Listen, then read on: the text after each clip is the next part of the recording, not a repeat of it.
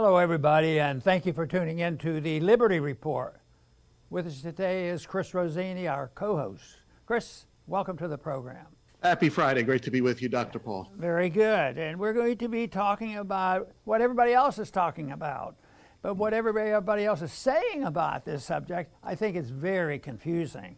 And of course, we're going to do our best to make it less confusing and explain why it indeed deserves a lot of attention, and that is the issue of inflation.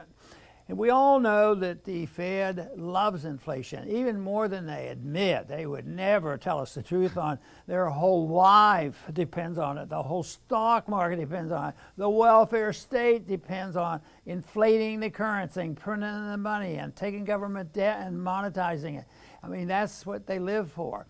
But they have some silly notions about economic growth. Some of them still believe the Keynesian myth that economic growth comes when prices are going up. And even if the price is going up, it means the dollar is being devalued. But when the prices are going up, the economy is healthy. It's a mistake to think that. Think about Venezuela.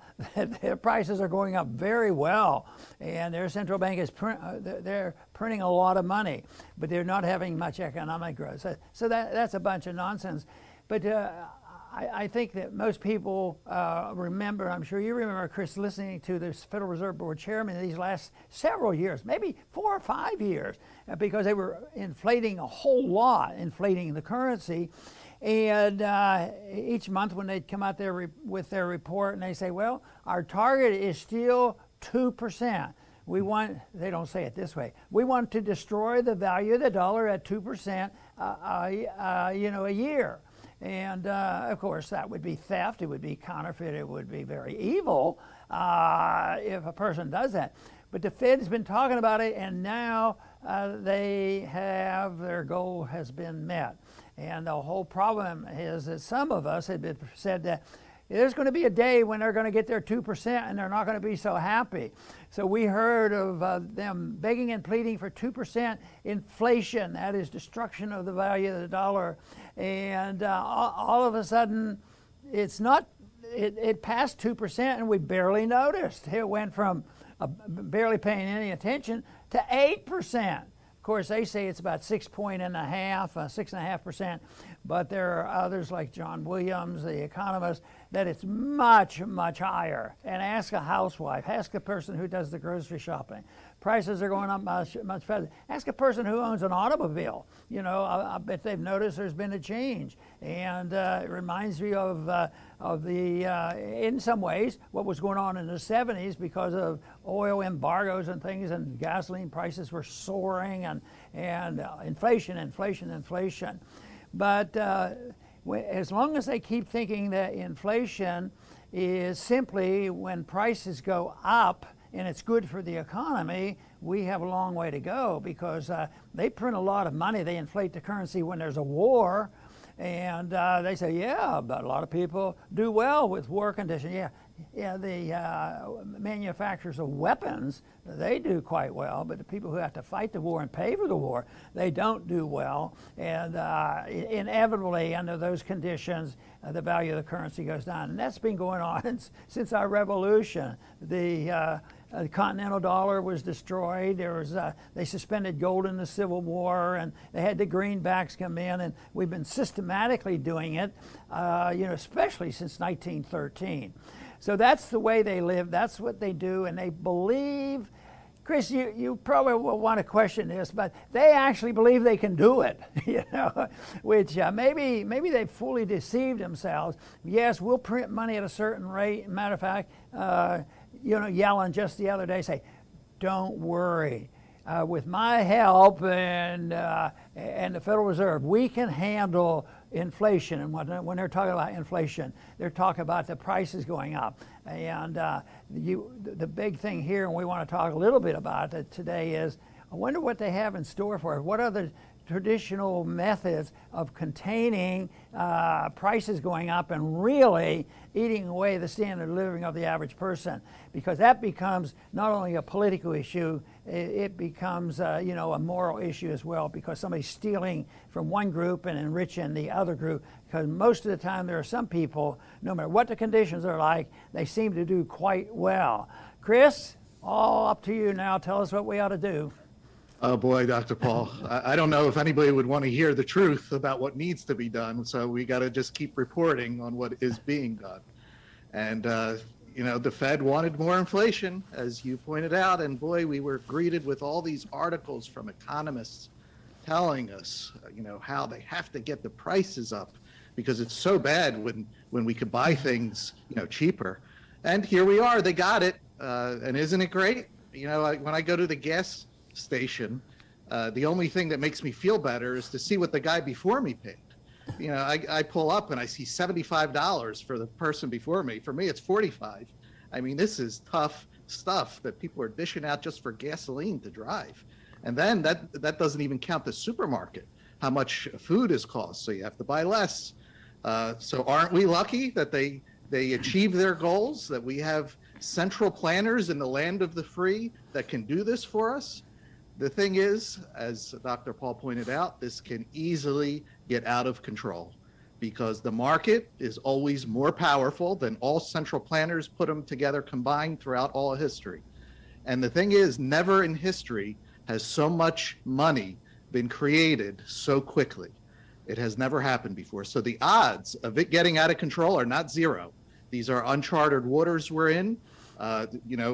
Inflation got out of control under much less dire conditions in the past. So how long are they going to be able to keep this sinking ship floating? I guess we have no choice but to find out. It's real easy to find a scapegoat, and one scapegoat they're using now, partially correct and partially wrong, and that is it's all Biden's fault. He's in there and he's doing the ABC and causing trouble and messing around with the price of oil and gas lines, this sort of thing. So it's Biden's fault. It's not that simple. He's certainly a contributing factor, believe me, because he believes in all the nonsense plus of what's been going on for decades now, and that is that deficits don't matter and printing money doesn't matter, because that just means you pay the bills. And they teach us in they teach us in Keynesian economics in all our colleges. So it's all Biden's fault. But the whole thing is that there's a political downside to this. I'm impressed that the liberal media are not totally silent. It's not like they don't come to a strong defense of Biden. I imagine I've used a stronger statement. This did not all come about by the president.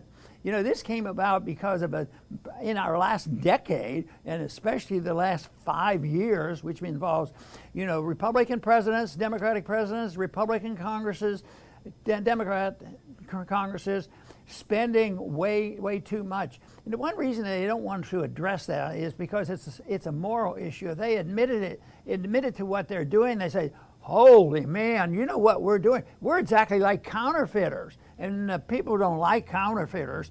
There's something wrong with that. The closest thing they can come to admitting that is when they talk about a fiat currency, but they also think they can manage a fiat currency. And in some regards, they've been able to get away with a lot more than I thought they could get away with it, because the dollar's been a total fiat currency, and it's been an international reserve currency ever since 1971, and they've been able to do it. And there has been some economic growth. People are doing better in some areas. They have used a lot of the money and resources for war, and people have been enriched. But why the crisis right now? Well, they've run out of steam, and right now they're up against it, and there's no easy way to say, well, we'll have a little recession and the economy will slow up a little bit. Then we can go back to inflating and there'll be a stimulus. because right now it doesn't work that way. It's the Fed has lost control. In other words, they can't manipulate the cycle and slow it up and speed it up because it's just going to be slowing up from the conditions that we have, because the real culprit is excessive spending and the dependency on the Federal Reserve to monetize this debt. They buy $120 billion of securities, government and mortgage-backed securities, a month. And that's a lot of money. That's a lot, and you should call that inflation. And now they're laying plans to slow that down a little bit. But I tell you what, that's not going to work. They've tried it a couple years ago, and it led to sharply decreasing prices in stocks. And the whole purpose of the Fed, 90% of all their activity, is designed not to protect the average consumer. It's designed to enhance those individuals who are in charge of the stock market and expected to make a lot of money. And then there's a lot of desire of serving the politicians who most of the time, specifically more the ones in charge. But the politicians need the Fed too, because they don't want to be talking about the counterfeiters doing this very, very immoral act of theft. So they keep doing this, and they've been getting away with it, but it's coming to an end, and that's why I think we're thinking about it. But Chris, what I think is happening now is what we've just talked about. We've talked more about the thing that's been going on for a good while: too much government, too much printing of money, too much manipulation of money and credit, manipulation of interest rates. But what happened 2 years ago? That's the big ones. And I think it was not just an act of God that all of a sudden we had a COVID crisis. I think there was other mischief involved in this, and all of a sudden, and it is going on. So because of all the unnecessary things down and all the deception that has gone on with the reason why governments have to be involved in solving the problem of COVID and having lockdowns and mandates and all this, when they loaded that on, this has really caused even more distortion. At one place we see people, a lot of jobs are available and they can go out, but now there's shortage of jobs here. This is rather typical when it falls apart. The smooth operation of the economy falls apart, and governments can't run an economy smoothly. And when I think of all those ships sitting out in the Pacific Ocean, I think that is one clear-cut example of what a free market economy does not do. All of a sudden, the ships have closed down. So there's all kinds of explanations, for that. But I think we're in a different era. We have the unbelievably spending and borrowing, and which is going on, and they cannot resist. And now we have on top of this the obsession with sticking with the control of the people. And right now, this whole mess with COVID, I think the most motivating factor there has been to get a vaccine passport. And you can read about that every day, and most of the people are going along with it, even though the resistance is building, and we compliment them.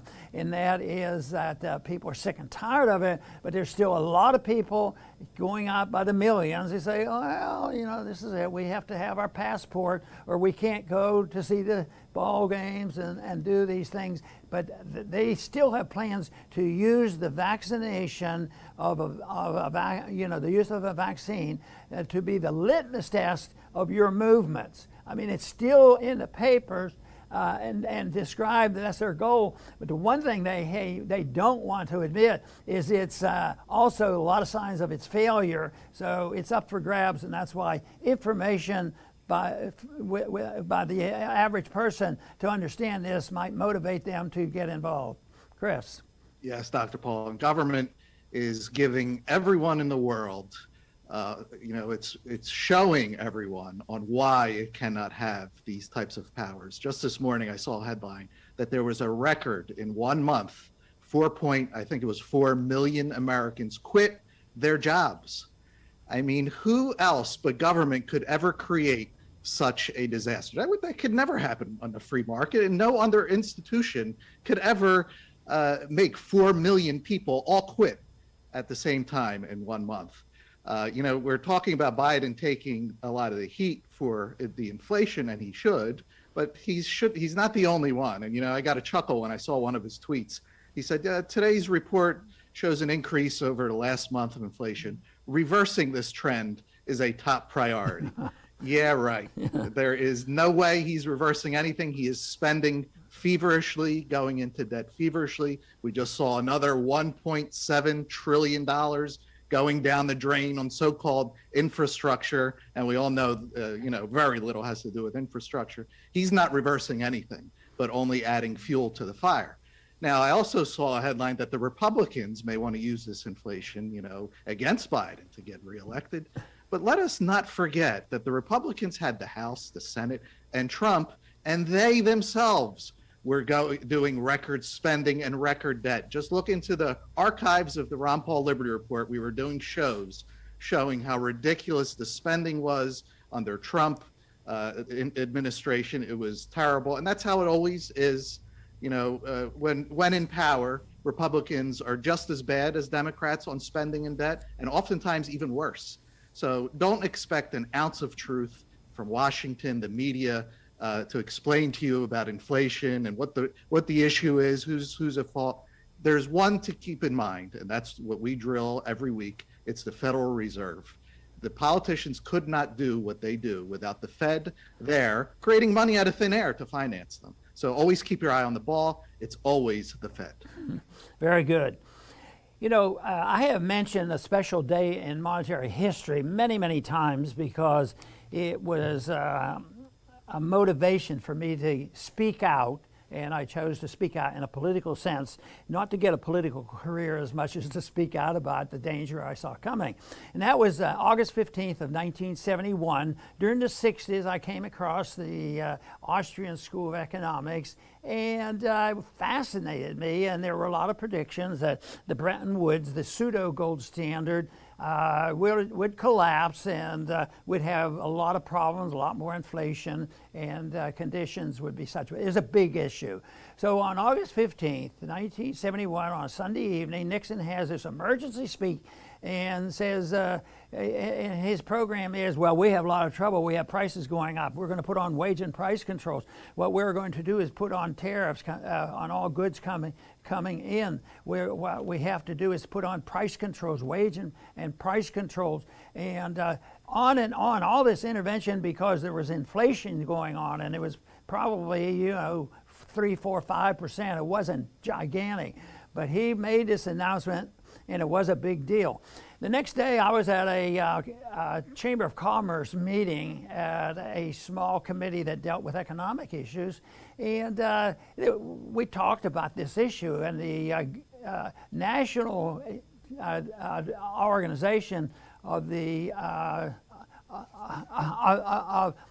organization came out with a position, yes, they support Nixon, and all of these were the business, the Chamber of Commerce was strongly endorsing all this, and I thought, wow, what's going on here?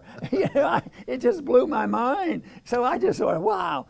So a couple weeks later, and this was probably the first time I got in directly into politics, I heard our local congressman was coming and meeting with the Chamber of Commerce.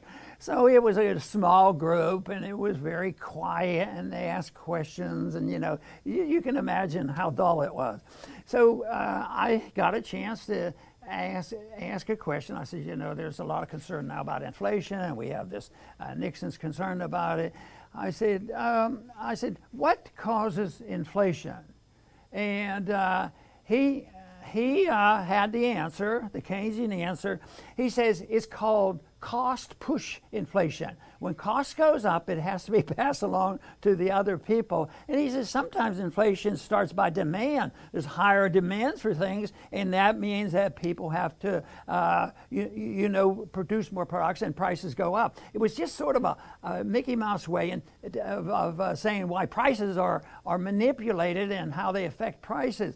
And just recently, I thought, well, I wonder what the dictionary says about inflation. And that's the definition that's still on the books. Well, you have the cost push inflation and you have the demand push inflation. They never once mentioned the money supply. They never once mentioned the Federal Reserve, and none of this. So what does this invite? It invites more controls. So that's why wage and price controls, are significant. They're already whispering about wage and price controls for us. And in many ways, there are price controls on a lot of things. There's price controls in medicine and different places. So they're there, and indirectly and directly, they have a lot of controls, but they'll get a lot worse. Just think of the controls and the mandates they put on because of coronavirus.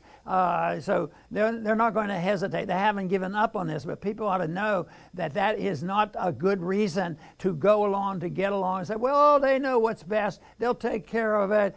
Somebody has to take care of it, and they're in office, so we better go along with it. And they were very complacent with Nixon, but that decade was horrible, and they had to give up on the whole thing because it wasn't working.